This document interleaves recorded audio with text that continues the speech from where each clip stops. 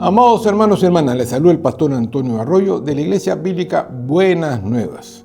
Y hoy les voy a compartir la poderosa y siempre bendita palabra de Dios.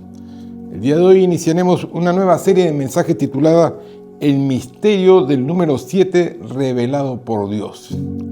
Y el primer misterio será descubrir las 7 columnas de la sabiduría. Acompáñenme al libro de Daniel capítulo 2 versículo 28 que dice: pero hay un Dios en los cielos, el cual revela los misterios. Eso dijo Daniel. Hay un Dios en los cielos que revela los misterios. Debemos recordar que Dios le reveló a Daniel el sueño del rey de Babilonia, Nabucodonosor, y así libró su vida. Y no solamente eso, sino que fue engrandecido y bendecido por el rey.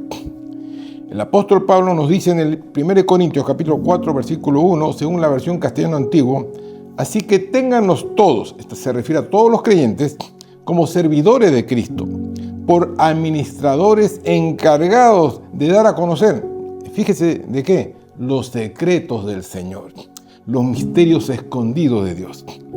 Y es que a medida que más y más nos acercamos al cumplimiento profético de los tiempos finales, Dios está revelando estos secretos y misterios escondidos de su reino.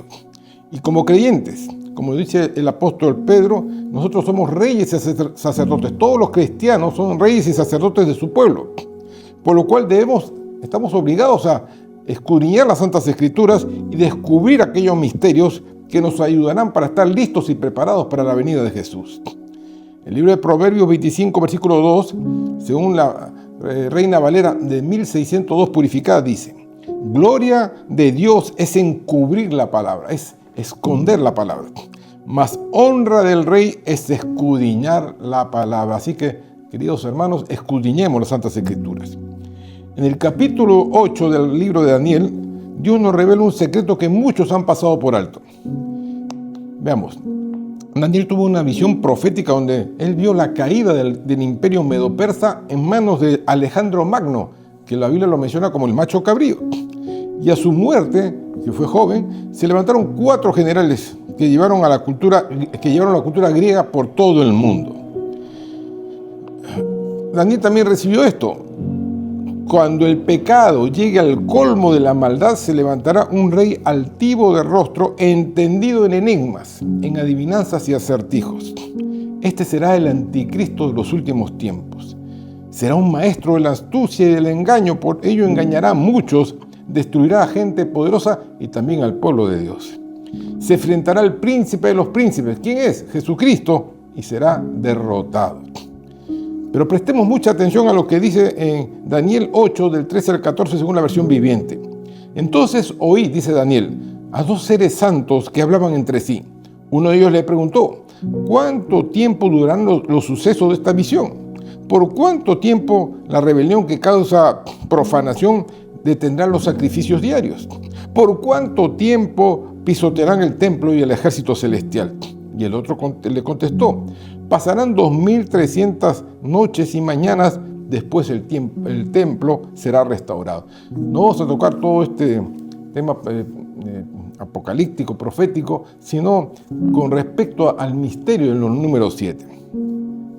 El ángel de Gabriel después le dijo a Daniel, en Daniel 8:17, según la versión viviente: cuando Gabriel se acercó al lugar donde yo estaba, me aterroricé, tanto que caí rostro en tierra. Hijo de hombre, me dijo, debes comprender que los sucesos que has visto en tu visión tienen que ver con el tiempo del fin. Es decir, es nuestro tiempo. Daniel vio lo que iba a acontecer en nuestro tiempo.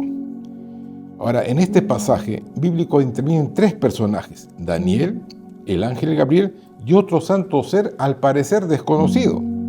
Pero al traducir, hermanos, en hebreo, esta parte donde dice, oía un santo que hablaba y a otro los santos preguntó a aquel que hablaba, esa palabra aquel es un nombre propio. ¿Qué nombre? Palmoni. Entonces no es un aquel, sino le decía su nombre.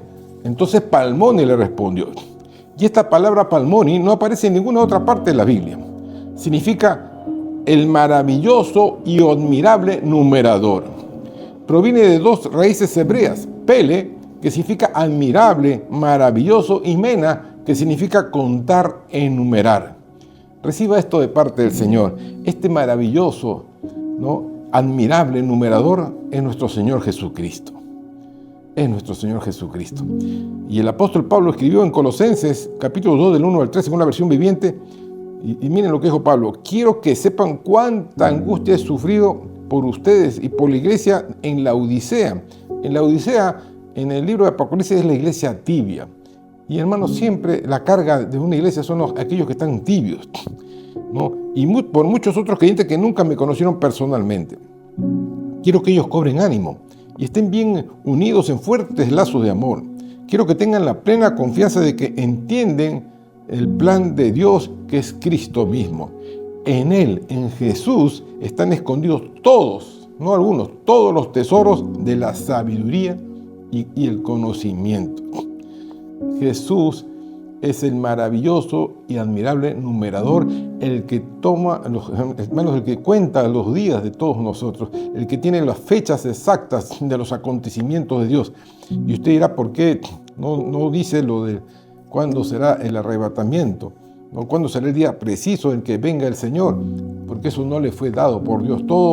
Dios es el que le da todo a Jesús. Jesús dijo: yo hablo de parte de mi Padre. Y ese secreto no se lo dio. Ahora, debemos entender lo siguiente. Los números ocupan un lugar importante en la revelación divina, y un admirable y maravilloso numerador, es decir, Jesús, preside sobre ellos y tiene a su cargo dar a conocer los tiempos señalados por Dios. Sabiendo esto, Daniel, él entendió la importancia de descubrir los misterios y secretos que están en la palabra del Señor. De hecho, muchos consideran al libro de Daniel como el Apocalipsis, es decir, el libro de las revelaciones del Antiguo Testamento. En Daniel 9, del 1 al 2, dice: en el año primero de Darío, hijo de Asuero, de la nación de los Medos, que vino a ser sobre el rey de los caldeos, ¿no? En el año primero de su reinado, yo, Daniel. ¿Qué hizo Daniel?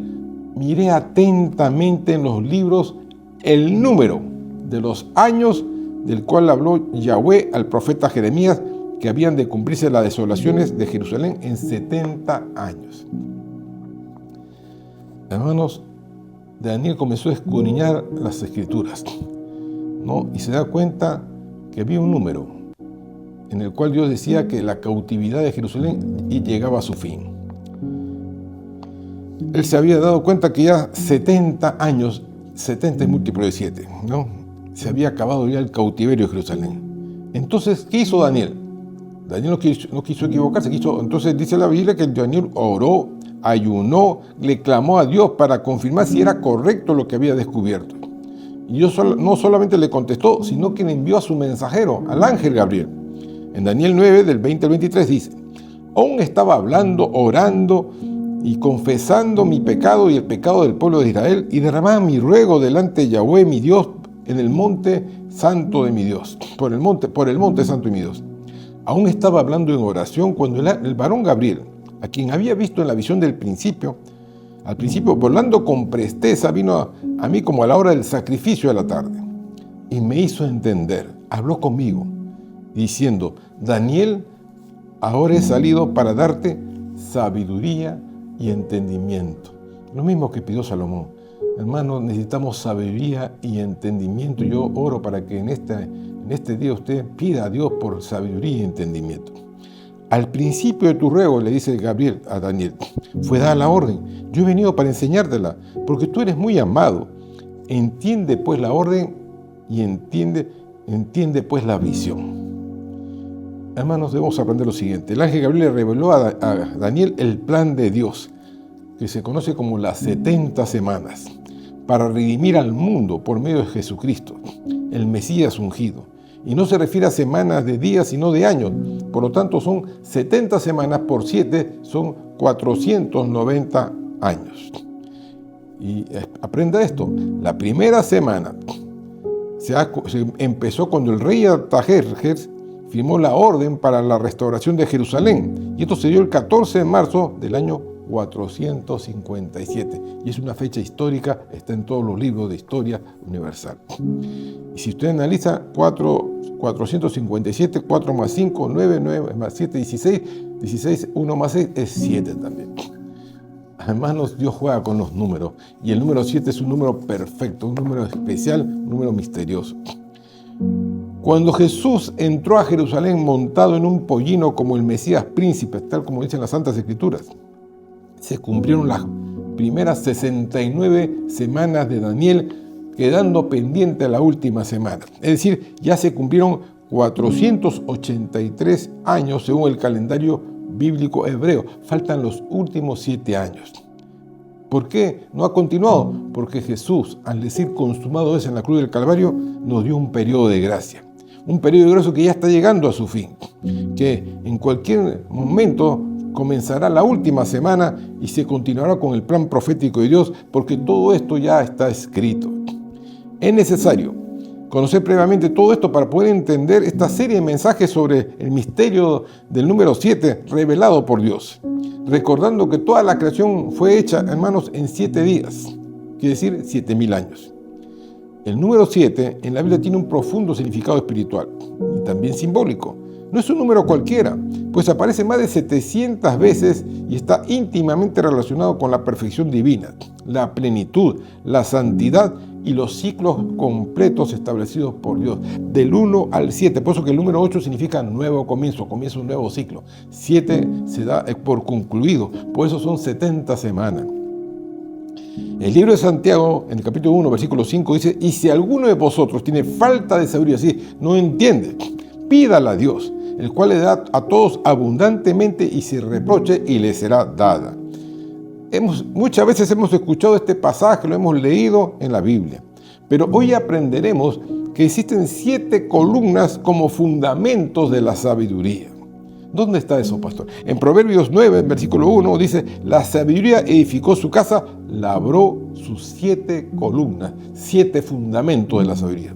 Y tal vez alguien pensará, ¿de qué me sirve esto? Bueno, la respuesta está en la Biblia.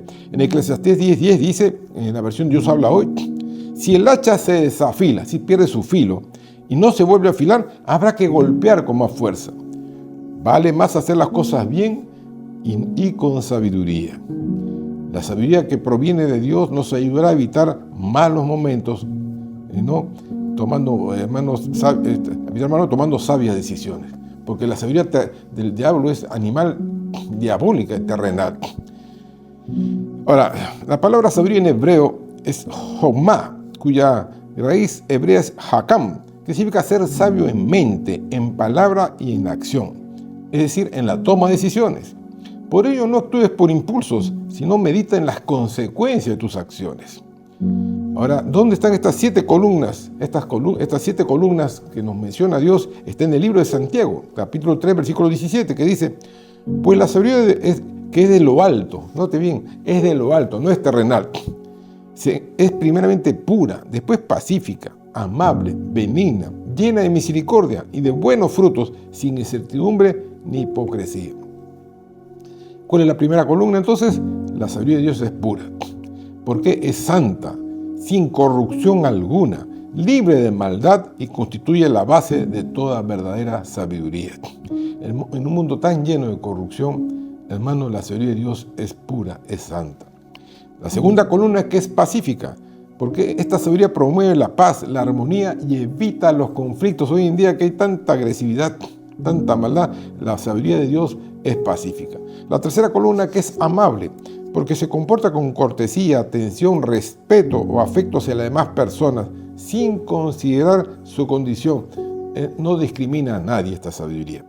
La cuarta columna dice la Biblia que es benigna, porque actúa con bondad, generosidad y procura siempre hacer el bien. La quinta columna nos dice que es llena de misericordia, porque es compasiva, perdona con facilidad y muestra su amor hacia el prójimo como hizo el buen samaritano. La sexta columna, la Biblia dice que está llena de frutos, no tiene algunos, está llena de frutos, y esto se manifiesta en un buen testimonio a través de sus acciones, como la justicia, el amor, la fe y la obediencia. Entonces vemos que, hermanos, la sabiduría da muy buenos frutos. Y la séptima y última columna es que es sin incertidumbre ni hipocresía. Es firme, transparente, sincera, no es cambiante ni aparenta lo que no es. No dice un día sí, mañana no, no es cambiante, hermano, y no aparenta lo que no es. Por eso también la Biblia dice que es sin incertidumbre ni hipocresía. Y la verdadera, hermano, debemos entender que la verdadera sabiduría se reconoce por su carácter.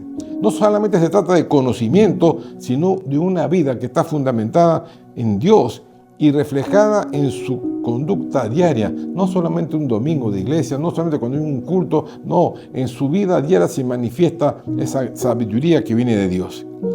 Recibe estos consejos del Señor. En Proverbios 18:15, según una traducción actual, dice: el que es sabio e inteligente presta atención y aprende más. Si no está despistado, presta atención, escudriña la palabra, verifica si es cierto.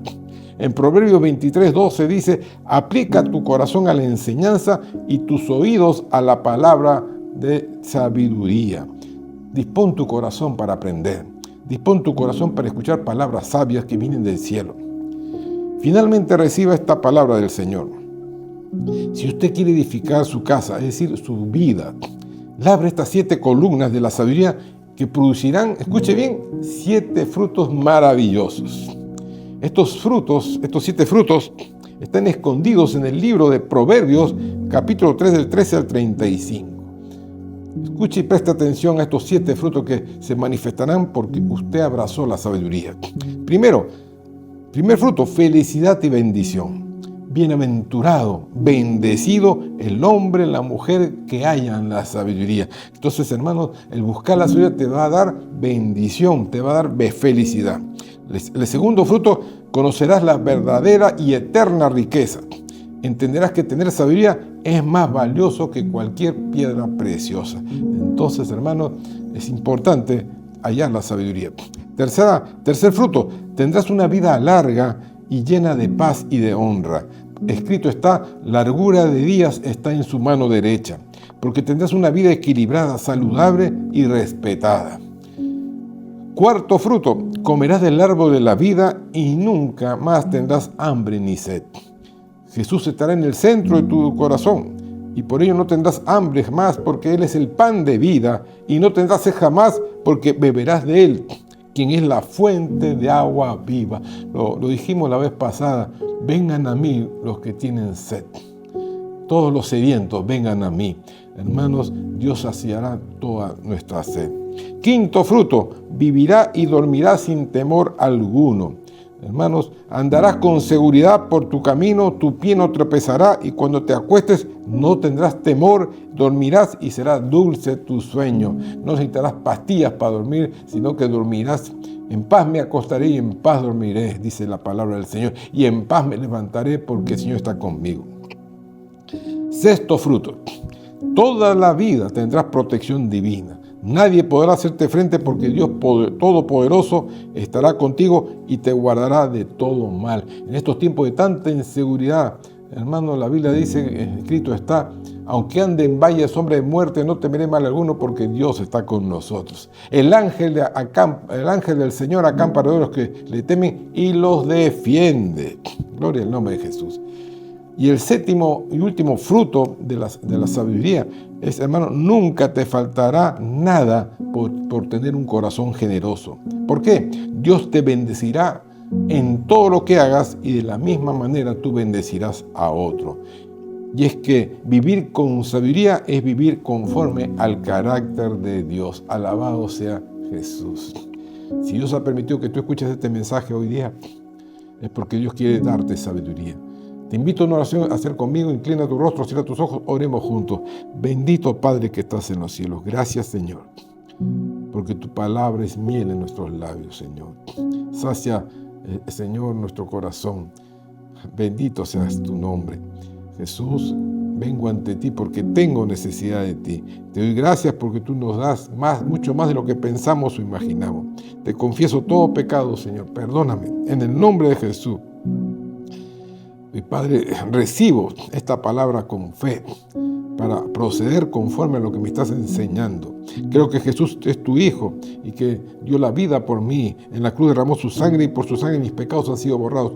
Hoy yo lo confieso como mi Señor y Salvador. Por fe también recibo la presencia de tu Espíritu Santo y me lleno de Él. Gracias, Dios mío, por todas las cosas buenas que me estás dando. Y ahora entiendo que debo hallar sabiduría para vivir bien. Señor, recibo yo por fe esa sabiduría que viene de lo alto. En el nombre de Jesús, y acompáñame por la carrera de la vida hasta el final. Gracias, Dios mío. Amén y amén. Alabado sea Dios. Reciba sabiduría de lo alto. Quiero terminar con este pasaje que está en el Salmo 51, versículo 6, que dice: He aquí, tú deseas la verdad en lo más íntimo. Todos queremos conocer la verdad, porque si conocemos la verdad, hermanos, seremos libres. Y en lo secreto me harás conocer sabiduría. Hermanos, apreciemos, abracemos la sabiduría de Dios y todo nos irá bien. Una vez más le pido que comente este mensaje en nuestras plataformas de YouTube, de Facebook, que lo comparta con aquellos que no conocen al Señor. Y si usted ha sido bendecido por este mensaje y quiere que siga, que haya alimento en la casa de Dios, apoye económicamente nuestro ministerio. Dios los bendiga ricamente. Nos vemos. Bendiciones.